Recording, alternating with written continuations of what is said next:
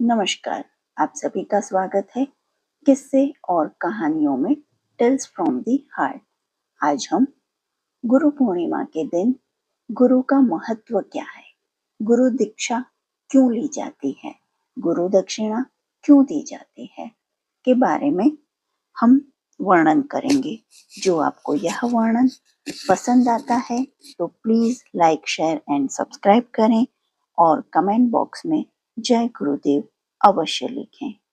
तो चलिए शुरू करते हैं। गुरु का महत्व क्यों है। आदिकाल से हमारे समाज ने गुरु की महत्ता को एक स्वर से स्वीकारा है। गुरु बिना ज्ञान नहीं होई का सत्य भारतीय समाज का मूल मंत्र रहा है। शिक्षा से जीवन दर्शन हो या धर्म संस्कार हो की बात हो, इनका ज्ञान बिना गुरु के नहीं मिलता। हमारे प्राचीन शास्त्रों में गुरु महिमा का वर्णन इस प्रकार मिलता है। गुरुर् ब्रह्मा गुरुर्विष्णु गुरुर्देवो महेश्वर गुरुर् साक्षात परब्रह्म तस्मै श्री गुरुवे नमः। अर्थात गुरु ही ब्रह्मा, विष्णु और महेश का स्वरूप है। गुरु ही साक्षात परब्रह्म परमेश्वर हैं। ऐसे गुरु को बारंबार नमस्कार है। तुलसीदास जी ने लिखा है, गुरु बिनु भवानिधि तरई न कोई, जो विरची शंकर सम होई। अर्थात संसार रूपी सागर को कोई अपने आप तर नहीं सकता। चाहे ब्रह्मा जी जैसे सृष्टि करता हूँ या शिव जी जैसे संहार करता हूँ, फिर भी अपने मन की बात से, अपनी मान्यताओं के जंगल से निकलने के लिए हमें पगडंडी दिखाने के लिए सद्गुरु अवश्य चाहिए। आगे लिखा है, सही विहात तम जनयति दश्यते श्रेष्ठम जन्म माता पितरो तु शरीरमेव जनयति। अर्थात माता पिता शरीर को जन्म अवश्य देते हैं, किंतु सत्य जन्म गुरु से होता है, जिसे शास्त्रकारों ने श्रेष्ठ जन्म कहा है। गुरु और गुरु तत्व की कितनी महत्ता है, इसके बारे में भगवान शिव पार्वती से कहते हैं, गुरु भक्ति विहीनस्य तपो विद्याव्रतम कुलम निष्फलम ही महेशनी केवलम लोकरंजनम गुरु भक्तराभ्य दहनम दग्ध दुर्गति कलम्य स्वपचो अपि पैरे है पूज्यो न विद्वान अपि नस्तिकः परमार्थ कामे किल्वश्य मोक्षस्तस्य करे स्थिति सर्वादेश्री गुरो देवी यश भक्ति स्विराद सदा। अर्थात शिव पार्वती से कहते हैं, हे देवी, कोई मनुष्य बड़ा तपस्वी, विद्वान, कुलीन सब कुछ हो, किंतु यदि गुरु और गुरु भक्ति से रहित हो तो उसका विद्वान आदि होना निरर्थक है।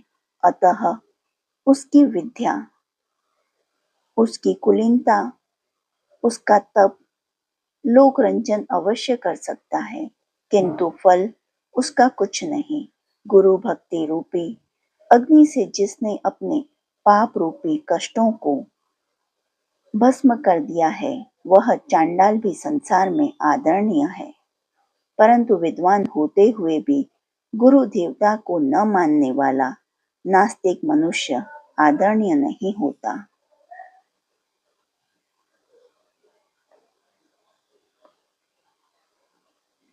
अब हम आगे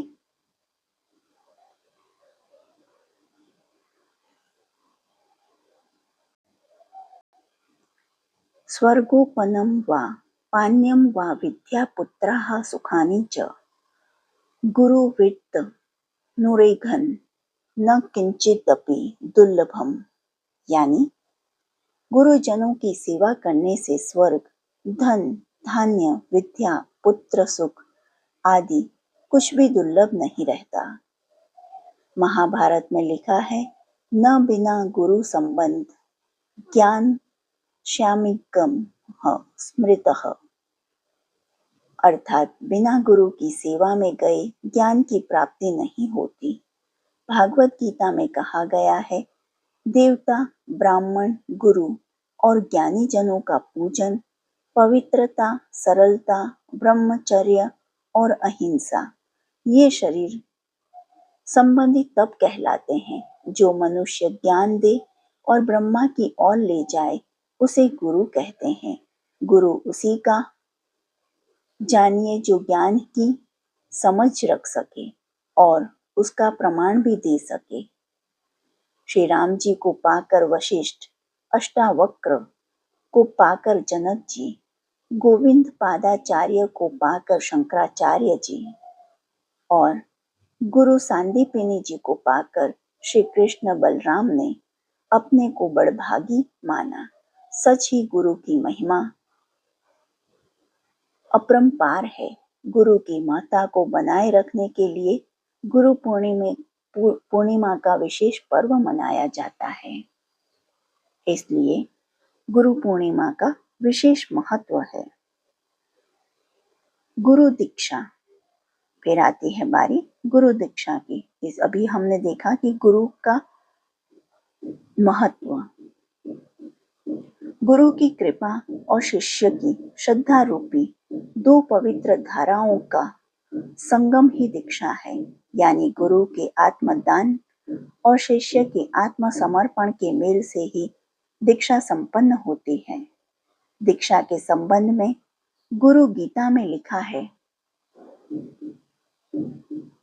गुरु मंत्रो मुखे यस्य तस्य सिद्धयन्ति नान्यथा, दीक्षया सर्वकर्माणि सिद्ध्यन्ति गुरुपुत्र की। अर्थात जिसके मुख में गुरु मंत्र है उसके सब कर्म सिद्ध होते हैं, दूसरे के नहीं। दीक्षा के कारण शिष्य के सर्व कार्य सिद्ध हो जाते हैं। गुरु दीक्षा एक सूक्ष्म आध्यात्मिक प्रयोग है। दीक्षा में शिष्य रूपी सामान्य पौधे पर गुरु रूपी श्रेष्ठ पौधे की कलम प्राणानुदान के रूप में स्थापित कर शिष्य को अनुपम लाभ पहुंचाया जाता है। कलम की रक्षा करके उसे विकसित करने के लिए शिष्य को पुरुषार्थ करना पड़ता है। गुरु की सेवा के लिए शिष्य को अपने समय, प्रभाव, ज्ञान, पुरुषार्थ एवं धन का अंश उनके सानिध्य में रहने हेतु लगाना आवश्यक है। शिष्य अपनी श्रद्धा और संकल्प के सहारे गुरु के समर्थ व्यक्तित्व के साथ जुड़ता है। उधर गुरु को दीक्षा में अपना तप, पुण्य और प्राण यानी शक्तियां और सिद्धियां शिष्य को हस्तांतरित करनी पड़ती हैं और वह सत्य प्रयोजनों के लिए शिष्य से श्रद्धा, विश्वास, समय, दान, अंशदान की अपेक्षा करता है। इस प्रकार दीक्षा का अंतरंग संबंध गुरु और शिष्य के मध्य होता है। एक पक्ष शिथिल पड़ेगा तो दूसरा पक्ष श्रम व्यर्थ चला जाएगा। यानी दीक्षा लेने वाले की भावना और समर्पण से ही फलीभूत होती है, अन्यथा ज्यादातर दीक्षाएं असफल हो जाती हैं।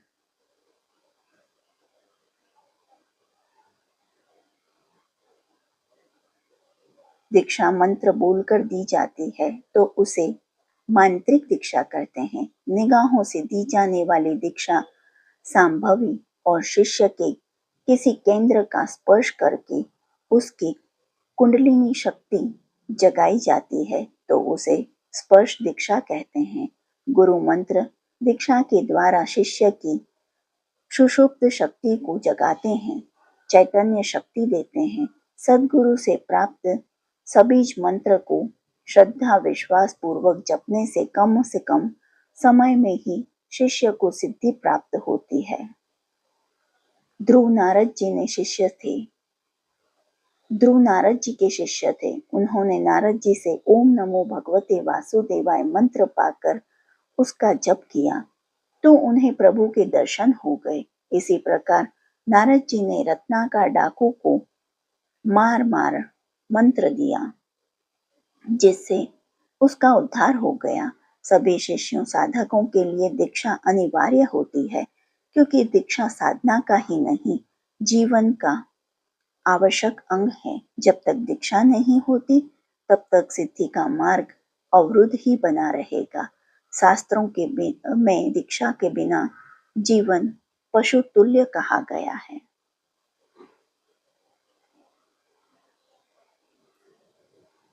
गुरु दक्षिणा की परंपरा क्यों? गुरु दीक्षा का प्रतिदान गुरु दक्षिणा कहलाता है। शिष्य गुरु को दक्षिणा देकर अपनी पात्रता प्रामाणिकता सिद्ध करता है।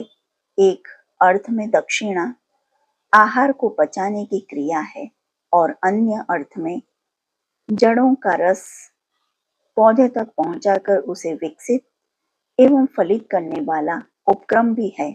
आध्यात्मिक दृष्टि से शिक्षा के सार्थक उपयोग के लिए गुरु दक्षिणा जरूरी है। गुरु दक्षिणा दिए बिना शिक्षा पूरी नहीं मानी जाती। इसलिए राम और कृष्ण जैसे अवतारी पुरुषों ने भी गुरु दक्षिणा देकर शिष्य धर्म को निभाया। भारतीय संस्कृति में गुरु दक्षिणा बड़े मार्मिक उदाहरण भरे हुए हैं। एक बार गुरु द्रोणाचार्य के पास भील नामक बालक एकलव्य धनुर्विद्या सीखने के लिए पहुंचा तो उन्होंने शिक्षा देने से मना कर दिया। एकलव्य ने गुरु द्रोणाचार्य की मिट्टी की मूर्ति बनाकर उसी से प्रेरणा पाई और नियमित अभ्यास से धनुर्विद्या में निपुणता हासिल की। एक बार गुरु द्रोणाचार्य पांडवों के साथ वन विहार को निकले। उनके साथ एक कुत्ता भी चल दिया जो उनसे काफी आगे निकल गया। एकलव्य का विचित्र भेष देखकर कुत्ता भौंकने लगा। साधना में विघ्न पड़ता देख एकलव्य ने कुत्ते का मुंह बंद करने के लिए ऐसे बाण चलाए जो उसे चोट न पहुंचाए और उसका मुंह भी बंद हो जाए।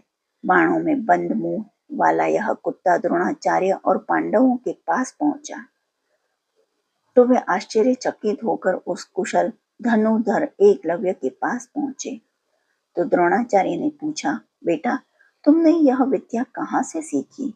आप ही की कृपा से सीखा हूँ गुरुदेव, एकलव्य ने कहा। गुरु द्रोणाचार्य के लिए धर्म संकट खड़ा हो गया।